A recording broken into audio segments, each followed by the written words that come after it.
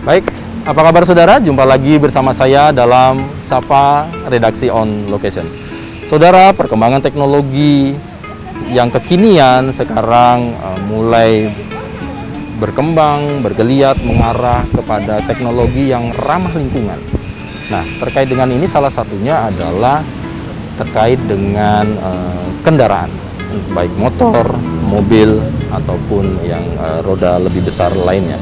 Nah, sekarang mulai dikembangkan kendaraan dengan bahan bakarnya atau powernya bersumber dari tenaga listrik. Nah, pada Sapa Redaksi On Location kali ini saya akan menjumpai Profesor Supriyanta di UNUD untuk mengetahui sebetulnya bagaimana pengembangan dari mobil listrik ini dan juga nanti bersama dengan GM PLN untuk wilayah Bali terkait dengan kelistrikan atau sumber daya listrik yang tentunya menjadi salah satu infrastruktur untuk pengembangan mobil listrik.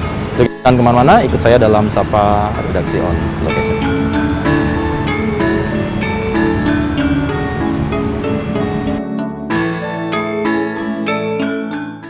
Baik saudara, terima kasih. Sekarang saya sudah bersama dengan seorang boleh dikatakan pengamat transportasi publik, kemudian juga beliau selaku pengajar dosen di Fakultas Teknik Universitas Udayana Bali.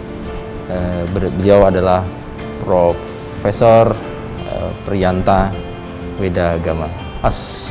Selamat Swastiastu. Apa kabar, Prof? Sehat ya? Mas Bambang, baik-baik saja. Salam sehat selalu, nggih. Sehat selalu. Semoga semua diberikan kesehatan.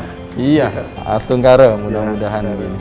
Nah, Prof, ini kan kita dalam kesempatan ini sebetulnya ya saya tidak tahu apakah kita terlalu awal atau tidak, tetapi paling tidak kan sekarang ini lagi lo dikatakan marak mulai menjadi perbincangan baik di industrinya ataupun juga di hal terkait dengan infrastrukturnya, hal dengan transportasi. Kalau kita bicara transportasi ini kan memang ada transportasi massal, transportasi publik, ada yang transportasi yang sifatnya private yang biasa kita lakukan, sepeda motor, mobil atau apapun itu.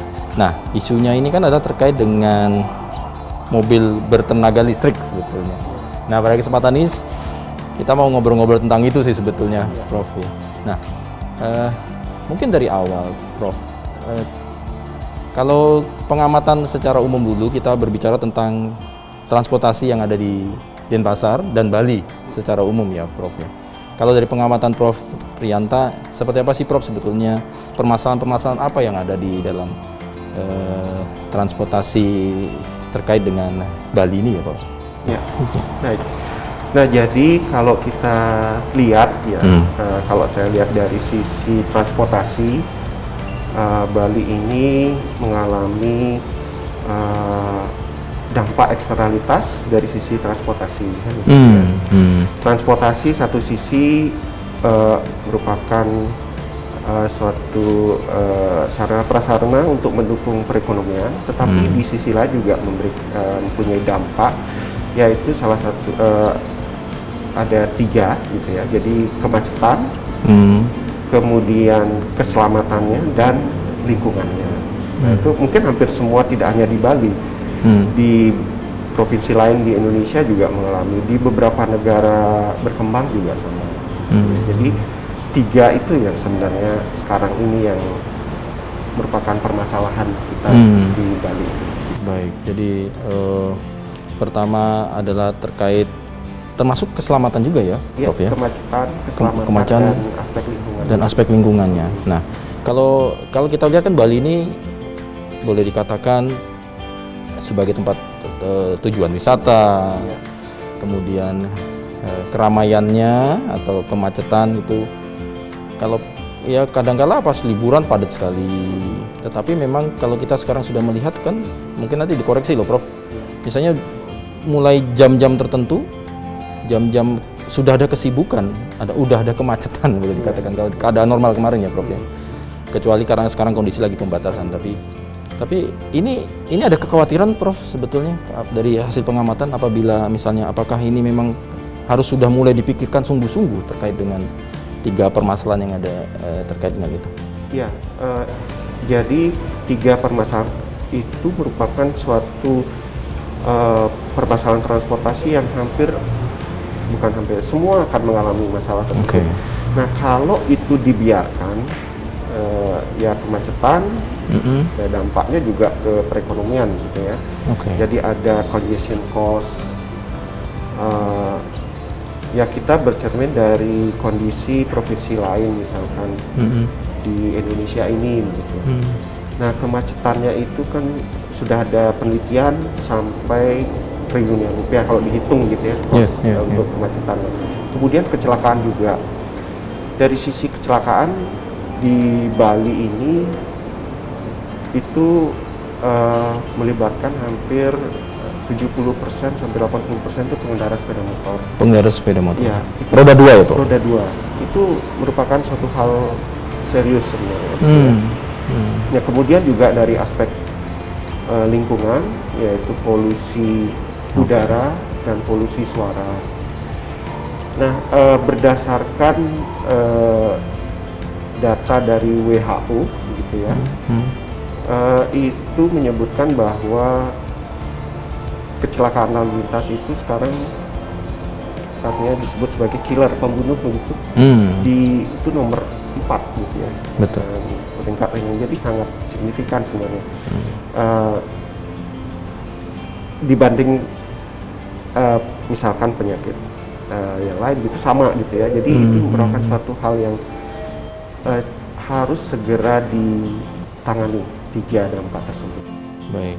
Jadi kita harus konsen lah mulai di itu ya. Ya. Jadi, tentunya banyak cara, infrastruktur berpengaruh. Infrastruktur ya, pembangunan infrastruktur, tetapi yang penting sekarang bagaimana cara pengelolaan dari lalu lintas ini, gitu ya. Itu yang apa artinya mulai dipikirkan. Bali sendiri ini kan pulaunya kecil. Kemudian kalau kita bandingkan dengan pulau lain di luar Bali, mana penduduknya tidak terlalu banyak, daerahnya luas gitu. Nah, mungkin di sana infrastruktur perlu dibangun. Nah, tetapi untuk di Bali hal-hal seperti apa yang harus diutamakan sekarang? Nah, ini harus dimulai dipikirkan. Apakah selalu infrastruktur? Artinya kalaupun infrastruktur dari sisi apanya dulu? Nah, gitu. Karena kita kan daerah kecil, padat gitu ya, volumenya tinggi juga. Apalagi ini daerah pariwisata, sedikit ada masalah itu bisa menjadi nanti khawatirnya menimbulkan dampak citra yang tidak kurang bagus gitu ya. Oke. Nah, kalau saya bertanya nih, seberapa pentingnya public transportasi publik ini yang di Bali terutama, Prof? Kalau pandangan Anda seperti apa, Prof? Kalau kita berkaca kan ya nggak tahu, boleh dikatakan ada ketidakberhasilan menciptakan itu atau apa seperti apa pandangan? Ya, jadi kalau menurut pendapat saya gitu ya, public transport itu dari best practice di negara-negara lain itu katakanlah itu sudah merupakan suatu obat gitu ya untuk menangani 3 ini, kemacetan, kemudian mengurangi probabilitas kecelakaan gitu ya, dan juga dari sisi aspek lingkungan. Jadi secara logika mudahnya saja gitu ya, misalkan anggaplah kita mengembangkan angkutan umum yang berbasis jalan, misalkan pakai bis gitu ya. Jadi kapasitas bis kita misalkan ada 20-40 orang gitu.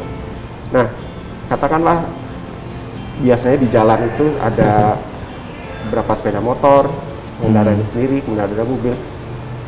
Gampangnya kita misalkan pengendara tersebut pindah menggunakan bis.